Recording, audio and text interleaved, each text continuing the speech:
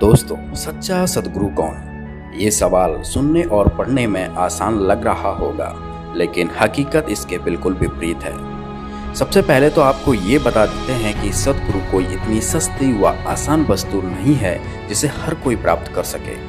सद्गुरु की शरण पाने के लिए देवता भी तरसते हैं, लेकिन वर्तमान समय में गुरुओं की भरमार है। देश दुनिया में भक्ति और भगवान के नाम से हजारों लाखों सद्गुरु बने बैठे हैं।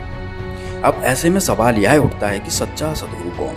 अपने अपने धर्म पंथों में अपने अपने गुरुओं को, सद्गुरु को सच्चा बता रहे हैं, लेकिन ये फैसला कैसे हो कि सच्चा कौन? दोस्तों, वीडियो अंत तक देखते जाइए, आप अपने आप ही फैसला कर लेंगे कि सच्चा सद्गुरु कौन है। तो सबसे पहले आपको हम ये बता देते हैं कि सच्चा सद्गुरु कौन होता है और मानव देहधारी प्राणियों को सद्गुरु की आवश्यकता क्यों होती है। सद्गुरु वह अनमोल खजाना होता है जिसे प्राप्त करके मानव हमेशा हमेशा के लिए अमर हो जाता है। सद्गुरु से मिलने के बाद अनेकों लाभ प्राप्त होते हैं। जैसे सद्गुरु मिलने के बाद मनुष्य के सर्व दुख दूर हो जाते हैं, हर प्रकार का रोग कष्ट नष्ट हो जाता है। सद्गुरु शरण ग्रहण करने के बाद मनुष्य सर्व सुखी हो जाता है। सद्गुरु ही है जो मोक्ष कराता है।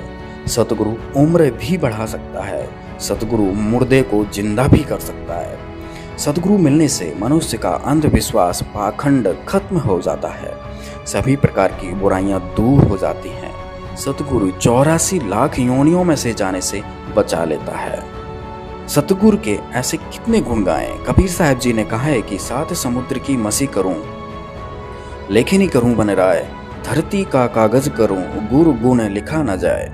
कहने का तात्पर्य है कि सद्गुरु मिलने के बाद मनुष्य को अनेक लाभ होते हैं जिसकी महिमा भी नहीं की जा सकती। अब हम विचार ये करेंगे कि क्या हमारा गुरु सच्चा है तो आपको इस तरह से कोई लाभ प्राप्त हुआ है कि आपकी बुराइयां दूर हुई हैं, क्या आपको सुख मिला है? दोस्तों, आप हमें कमेंट बॉक्स में ज़रूर बताएं।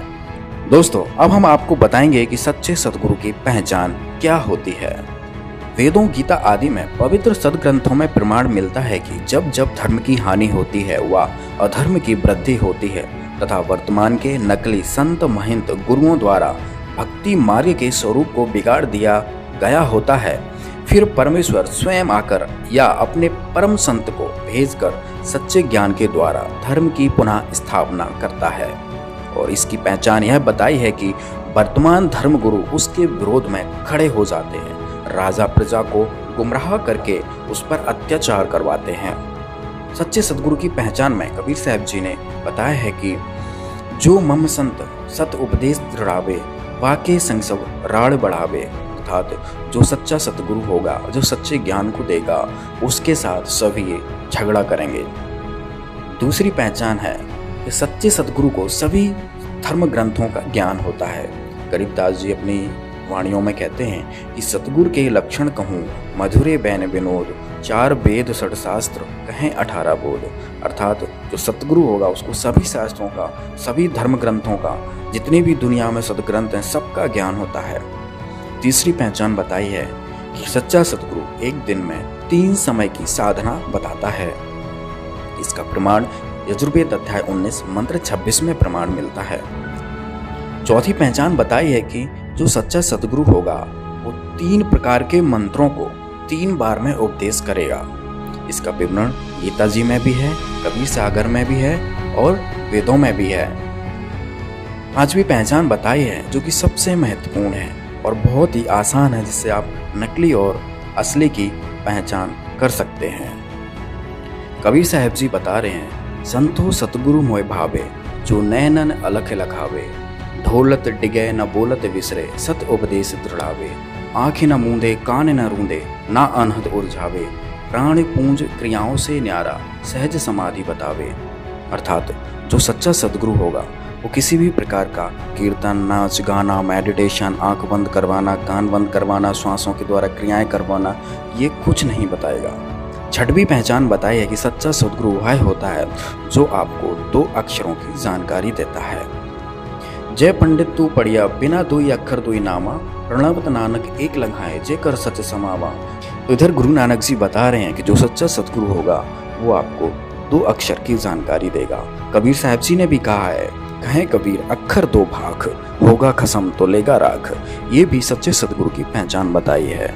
सातवीं पहचान बताई है कि जो गीता अध्याय 15 के पहले श्लोक में लिखा हुआ है, जो इस संसार रूपी उल्टे हुए वृक्ष की संपूर्ण जानकारी दे देगा, वह सच्चा सतगुरु है।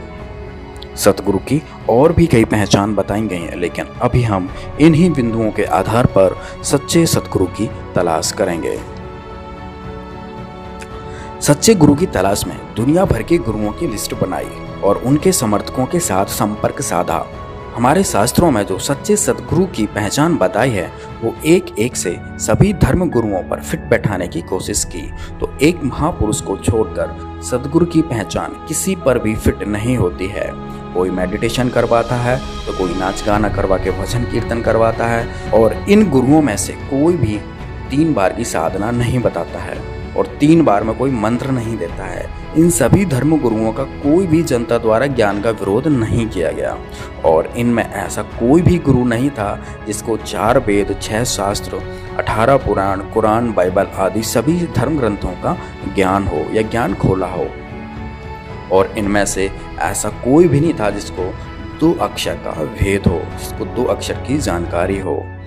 दूसरी तरफ सच्चे सतगुरु की पहचान में संत रामपाल जी महाराज पर एक एक पॉइंट सही फिट बैठा। तो आइए देखते हैं।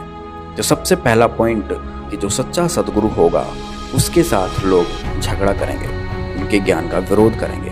तो संत रामपाल जी महाराज जी के साथ ही ऐसा हुआ है कि आज तक संत रामपाल जी महाराज के ज्ञान का विरोध हमेशा नकली संतों, महंतों के द्वारा होता आया है। दूसरी पहचान थी कि जो सच्चा संत होगा, जो सच्चा सतगुरु होगा, उसको सभी धर्म ग्रंथों का ज्ञान होगा। तो यह पॉइंट भी संत रामपाल जी महाराज पर फिट बैठता है, क्योंकि संत रामपाल जी महाराज ने ही चारों वेदों को खोलकर दिखाया। वेद, गीता को, कुरान को, बाइबल को, सभी सदग्रंथों को खोलकर दिखाया है। तीसरी पहचान कि संत रामपाल जी महाराज जी अपने साधकों को एक दिन में 3 बार की साधना बताते हैं। और चौथी पहचान भी संत रामपाल जी महाराज पर फिट बैठी कि संत रामपाल जी महाराज ही 3 मंत्रों को 3 बार में देते हैं। पांचवी पहचान, संत रामपाल जी महाराज ना मेडिटेशन करवाते हैं, ना भजन कीर्तन, नाच गाना करवाते हैं, ना आँख कान बंद करवाते हैं, और ना भी किसी प्रकार की श्वास की क्रियाएं करवाते हैं। वो मंत्रों को देकर एक सहज समाधि, सहज भक्ति बताते हैं। छठवीं पहचान भी संत रामपाल जी महाराज पर सटीक बैठी कि संत रामपाल जी महाराज ने ही अपने साधकों को, अपने भक्तों को, दुनिया को बताया कि जिसके पास 2 अक्षर का मंत्र सतनाम नहीं है, उसका मोक्ष नहीं हो सकता, क्योंकि सतनाम ही है जो मोक्ष में सहायक होता है। सतनाम के बाद फिर सार नाम व शब्द मिलता है। और 7वीं पहचान जिसमें बताया गया है कि जो उल्टे लटके हुए वृक्ष की पूरी जानकारी दे देगा, वो सच्चा सतगुरु होगा। तो इतने धर्म गुरुओं में आज तक कोई भी 15वें अध्याय के पहले श्लोक को नहीं खोल पाया है, और न किसी ने इस श्लोक की व्याख्या की है। संत रामपाल जी महाराज ने ही 15वें अध्याय के प्रथम श्लोक 1 से लेकर 4 तक सबको खोल के बताया कि उल्टा लटका हुआ वृक्ष कौन है, जड़ कौन है, तना कौन है, पात कौन है। कबीर साहब जी ने भी कहा, अक्षर पुरुष एक पेड़ है, निरंजन वाकी डार, और तीनों देवा शाखा है, ये पात रूप संसार। तो संत रामपाल जी महाराज ने ये भी ज्ञान खोल दिया। तो इससे सिद्ध हुआ कि संत रामपाल जी महाराज ही सच्चे सतगुरु हैं। तो दोस्तों, तो इस पूरी पृथ्वी पर 7 अरब आबादी में केवल संत रामपाल जी महाराज ही हैं जो सच्चे सतगुरु हैं। तो कहते कोटों में दे कोई नहीं रे झूमक रहा, अरबों में कोई गर्क सुनो रे झूमक रहा। अरबों में, उसमें अरबों में गर्क गरीबदास जी थे, आदरणीय गरीबदास साहब जी, उसकी कोई सुना नहीं था। अरबों यानी पूरे विश्व में एक कै। तो अरबों में आज इस दास के ऊपर कृपा है, इस परम पिता परमेश्वर कबीर भगवान की। इस पृथ्वी पर इस दास के अतिरिक्त तत्व ज्ञान से परिचित नहीं है। उनके पास ये गर्क का अर्थ होता है, यानी सब तरह से कंप्लीट है।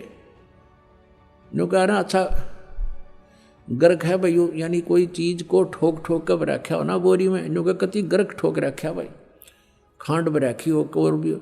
तो यानी वो चीज कहते हैं जिसके पास कंप्लीट इन ऑल रिस्पेक्ट, जैसे उसको आदेश भी हो, अर्यो ज्ञान हो, नाम देने का आदेश हो, अधिकार हो, तो ये सब सारे जो है ना फॉर्मेलिटी उसके ऊपर पूरी हो उसके पास, वो तो अरबों में एक पावेगा, अरबों में कोई ग्रक सुनो रहे झुमक रहा न। इस ज्ञान को सुनकर दास से ये चोर हो गए होंगे, एक दो चोर नाम देने लग भी जाएंगे तो उनसे कोई लाभ नहीं होना, क्योंकि वो अधिकारी नहीं है। अब जैसे पुण्यात्माओं, जब राजा परीक्षित को 7वें दिन सर्प ने डसना था और व्यास जी ने श्रीमद् सुधा सागर यानी श्रीमद् भागवत सुधा सागर का लेखन कार्य किया था, राइटर था उसका वो, उसने भी ये कह दिया था कि मैं अधिकारी नहीं हूं ये कथा सुनाने का। और वहाँ और भी जितने ऋषि महर्षि थे सब ने पल्ला झाड़ दिया कि नहीं, हम किसी के जीवन के साथ खिलवाड़ नहीं कर सकते। कारण क्या था कि 7वें दिन परिणाम आना था, तो सब ने पीछे हट गए। वो बुद्धिमान थे, ब्राह्मण थे कि नहीं, हम क्यों किसी के जीवन के साथ धोखा करें, हम अधिकारी नहीं हैं कि इसकी जीवन रक्षा कर सके, यानी इसको वो लाभ दे सकें तो इस कथा सुनाने से हो सकता है, पाठ से। तो सुखदेव जी बुलाए गए थे स्वर्ग से उन पांडवों की प्रार्थना से। पांडवों ने अपने पुण्य दिए, क्योंकि वहां तो सिक्के पुण्य के चले हैं स्वर्गलोक में, स्वर्गलोक में से उसके आने और जाने का विमान का खर्चा उन पुण्यों का वहां से प्राप्त हुआ था उसको पांडवों से। तो यहाँ आकर के उस कहते सुखदेव ने 7 दिन वो कथा सुनाई थी। उस समय ये कहाँ गए थे ब्राह्मण जो आज जगह जगह कथा करते फिरें, कहाँ गए थे ये संत जो आज जहाँ देखा वहीं संत और दुनिया ने गुमराह करें बैठे हैं। तो वो बुद्धिमान थे, समझदार थे, इसलिए उन्होंने ये रिस्क मोल नहीं लिया। और जितना लाभ उस कथा से होना था वो भी सुखदेव जी के मुखारविंद से उच्चारित होने से हुआ, क्योंकि जिसके पास कोई शब्द शक्ति होती है उसी के द्वारा दिए गए वचन से कुछ लाभ हो सकता है। अब जैसे एक कोई कार्य हो रहा था सड़क का, सड़क बना रहे थे, तो वहाँ एक आम व्यक्ति जाकर कहता है कि तुम ऐसा कर दो, वो नहीं कर रहे थे। और अधिकारी के पास उन्होंने प्रार्थना की, अधिकारी ने आते कहा कि तुम ऐसा कर दो, तो उस अधिकारी के कहते उन वर्करों ने वैसे ही कर दिया, क्योंकि अधिकारी के वचन में शक्ति थी और उनके वचन में शक्ति नहीं। तो ऐसे ही परमात्मा से जो कनेक्टेड है, सरकार का जो व्यक्ति हो गया यानी जो उसका नौकर है, उससे ही आगे काम हो सकते हैं। आम व्यक्ति के कहने तो वो कार्य नहीं हो सकते, इतना समझ लेना। तो इस प्रकार हम अब जो कथा करते पढ़ते हैं, तो गरीबदास साहब ने कहा था ये पैसे ऊपर नाच सुनो रहा जो मकरा, इन्हें कथा से कोई लेना देना नहीं, पैसे चाहिए इनको।